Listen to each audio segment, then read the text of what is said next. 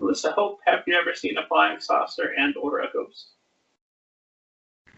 I have not. Although I have definitely creeped myself out thinking that I've seen a ghost, but I have not seen a ghost or a flying saucer. Have you?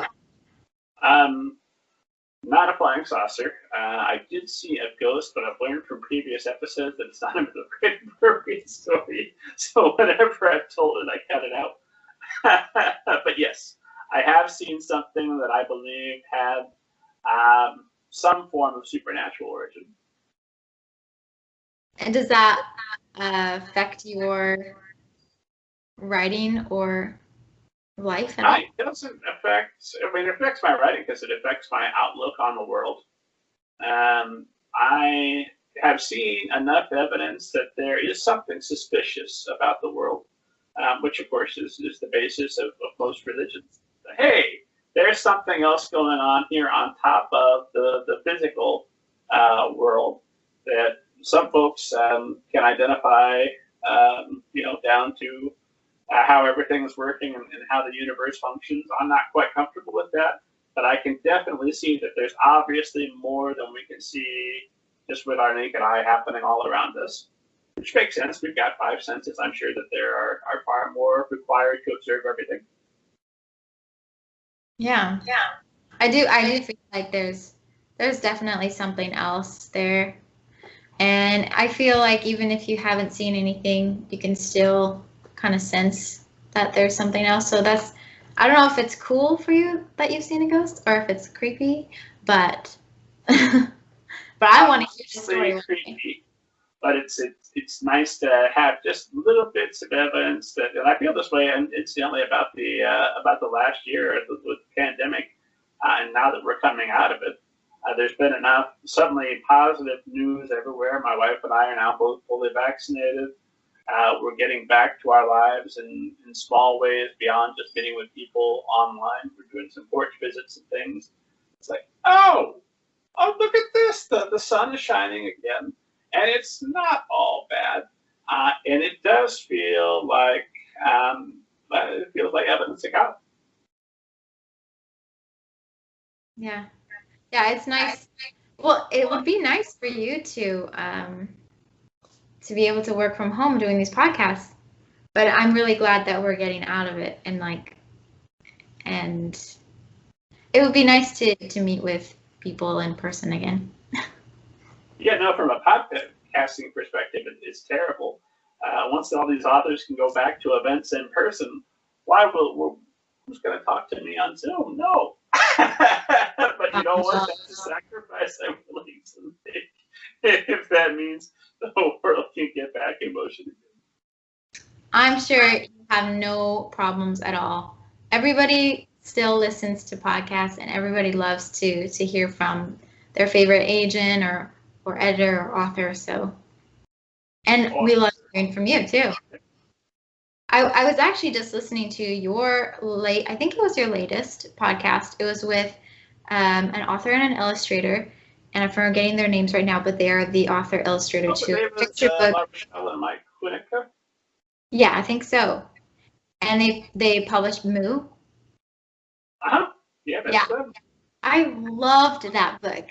I loved that book, and I just thought it was so clever, especially because there's like there's no writing in it at all. It's mostly told through the pictures and this word Moo. So I thought it was really cool to just hear their perspective on their careers and working together. So yeah, I mean, it may happen that there'll be less online events because the world starts opening up, but I don't think there'll be any less viewers for you. Oh, I'm sure I'll be fine. I was being facetious and having just a little bit of fun. No, I'm thrilled that the world is opening back up and we're all going back out.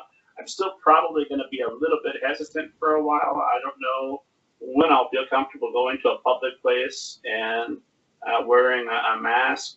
A movie, I miss movies so much, but the thought of sitting in a theater and if I hear one person cough, it's going to be like, ooh, probably for a little while. Have you been able, I know Florida has been open for a while, have you been able to get back out in it's yes and no. Like I've been out, I go shopping and I've been to the beach, which is nice and outside. But I did also just have a baby and then I was pregnant before that. So getting out in general with three little kids is difficult. And then now that I've got like a newborn, I'm still kind of nervous about her being around other people, but I feel like I'm getting out there as much as I would any other time. I don't know. I like I said before, I could stay home and all day and pretty much be okay with it. Like that's just my personality. But with little kids, I do try to get out and go outside a lot. Does seem like possibly, I mean, the pandemic has hit us all, but it does seem like it's maybe impacted a lot of writers less than maybe other artists. Like stage performers, I'm so sorry, this has to have been just a tremendously difficult time for you, or comedians, anything where you're involved, people being there in person. But for writers who were at home most days anyway, that is dramatic a change, I think. Yeah, I think that there's a lot of good things about being a writer during a pandemic. I know that it's affected some people with, well, it has affected some people negatively with, I've personally known a few who got their book contracts canceled because publishing companies weren't doing as well or whatever. And then like school visits aren't happening anymore. But overall, it's a good time to be a writer when you can just shut yourself in a little house and got nothing else to do. We're right. So. Yeah. Well, that depends on the writer. I know some folks, even they have the time to write, sort of like that old Twilight Zone episode where the woman always wants time to read and everyone to be quiet so she can read, and then everybody, I think, dies. And so she's there with her books, and she finally got time to read, and then her glasses break, and so she can't read. And so I feel that's a little bit true for writers during the pandemic, because you're at home, you finally got time to write. Good thing there's this crippling existential dread that's going to consume your thoughts half the time while you're trying to write. Yeah, that's true. So did you get writing done during this whole last year, or do you feel like your regular work schedule was different? Well, I was at half capacity at best, because my schedule had been around my son being in school, and then I've been homeschooled all year, and that has been fine.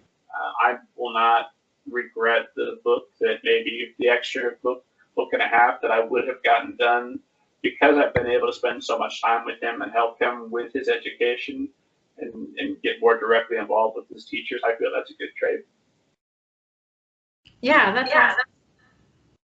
And kudos, because my kids are not in school yet, so I don't even know how parents have been handling homeschooling their kids. So my hat's off to you. Oh, well, thank you. I've got a brother who's got 3 and a sister who's got 4. So of the of the burdens being lifted by the kids this year, pretty light year. Well,